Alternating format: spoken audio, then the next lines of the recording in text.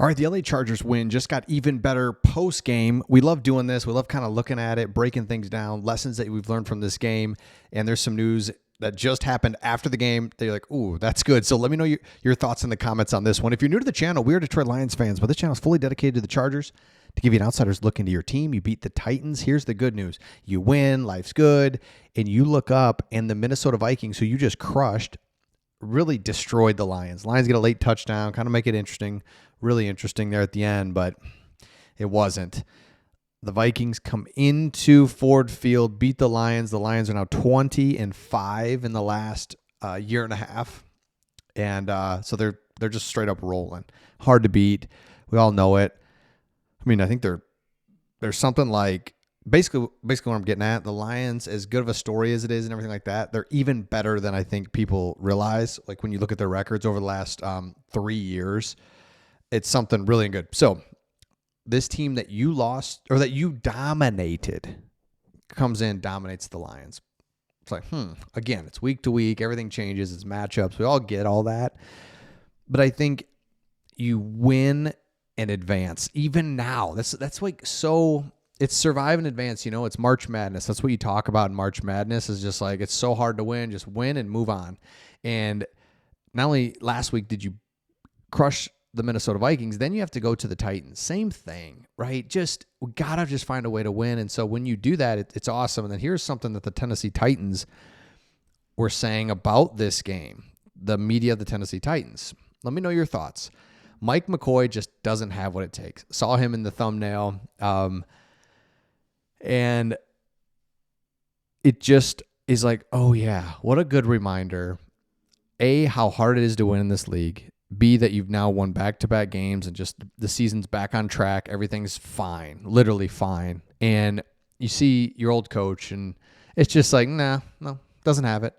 You guys knew it when you had him. You knew it, just no. And it's so hard to find these coaches, so hard. So to have Jim Harbaugh, have a great quarterback, and to pull out victories on the road, again, it doesn't matter who it's against. It just shows week after week in the league. You see the Panthers beat the Packers and the Vikings. It's not a surprise that the Vikings won necessarily. It's that they dominated the Lions. And so great news if you're a Chargers fan, because we had talked about it so much on this channel, was just basically, all right, things are, we're a little shaky here, but we're going to be fine. And I was saying it after here. It was this 3-game stretch right here. 4-game stretch. Lose to the Giants, lose bad to the Commanders, who were kind of reeling at the time a little bit, and barely miracle stuff, beat the Miami Dolphins, saved the season right there, and then get crushed by Indianapolis. And so there's 4 weeks of just like, I don't think we're that good. I don't know what we are. Destroy Minnesota and survive against Tennessee. I mean, it is. Anytime you go on the road to an inferior opponent, just go get that victory any way you can, and you do that. So love seeing that from the Chargers. And look, it was a rough little start, and we knew that it would just be weird, right?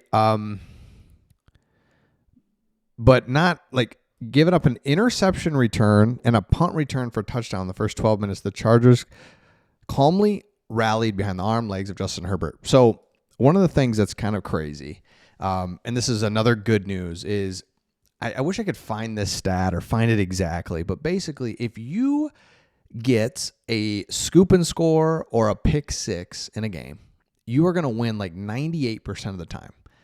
And you go throughout all of football history, a team that gets that wins 98% of the time. So the Titans not only got that, but they also got a punt return,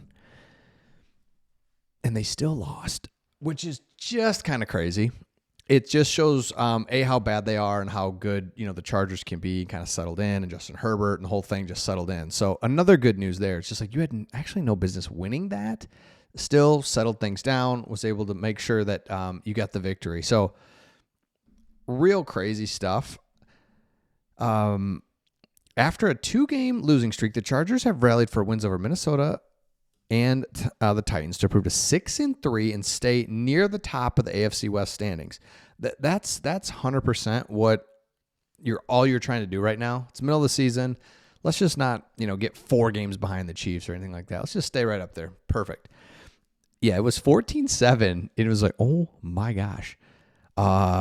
This is not good. But then dominant performance. The Chargers just kind of super dominant there at the end. And then you did have some more injuries though. Which is just like, okay. Justin Herbert threw for 250 and then 57 yards rushing. So let me pull that up as well. You can kind of see like Cam Ward. So because of those 2 touchdowns, he wasn't out there much, but he was still 12 for 21, 145 yards. Just not good. They couldn't run the ball on you. Arondé Gatson, another nice little game. Ladd McConkey, nice little solid game. So again, I think if you pan out and you look at NFL games and, again, as the consumer, and there's been a lot of talk about the consumer side of things with YouTube TV and ESPN not coming to agreements and whatever. That's like, okay, I can watch these games a little bit more stress-free, just knowing a couple things. Number one, we've got a coach and a quarterback, and we've got a good team, and there's bad teams out there. Imagine being a Titans fan. That's the stuff that you don't want. You want to be in games, opportunities, go again, another big game next week, like all those things. That's what you want. And so even if they lose next week and you go 6-4 and you know what I mean, like you just want to stay in the mix for as long into the season as you can. And it's pretty clear now the Chargers are going to go all the way in to the playoffs. And then from there, it's like, all right, let's see what we got. Let's do a little something, right? So you could just watch a little bit more stress-free. Now, same with the Lions. Like I've just kind of talking myself through that. I'm like, oh my gosh, we're really good. We're going to take some bumps along the way. Let's just not have any season enders to our main guys. And let's just kind of keep moving this thing forward. And we're going to be fine. We're a good team. That's what I'm basically getting at. You have a good team. Lions have a good team. Like we're fine. We lost today, so I'm just trying to talk myself through it. But same thing I talked you guys through as well. When the Chargers were losing, it's like, gotta just get this one win. Thursday night, it was a quick turnaround. You get it, dominate, go play the Titans and win that. So it's just 2 wins overnight. Didn't that seem like that was just yesterday? We were talking about that. That was like 17 days ago that you lost to Indianapolis, and now here we are. So next game, home against Pittsburgh. At Jacksonville, not sure what that is. And then a bye week late into the season. You couldn't draw that up any better. And then it's Vegas. So 3 just winnable, manageable games coming up. So let me know your thoughts in the comments, and we'll see all of you on the next one.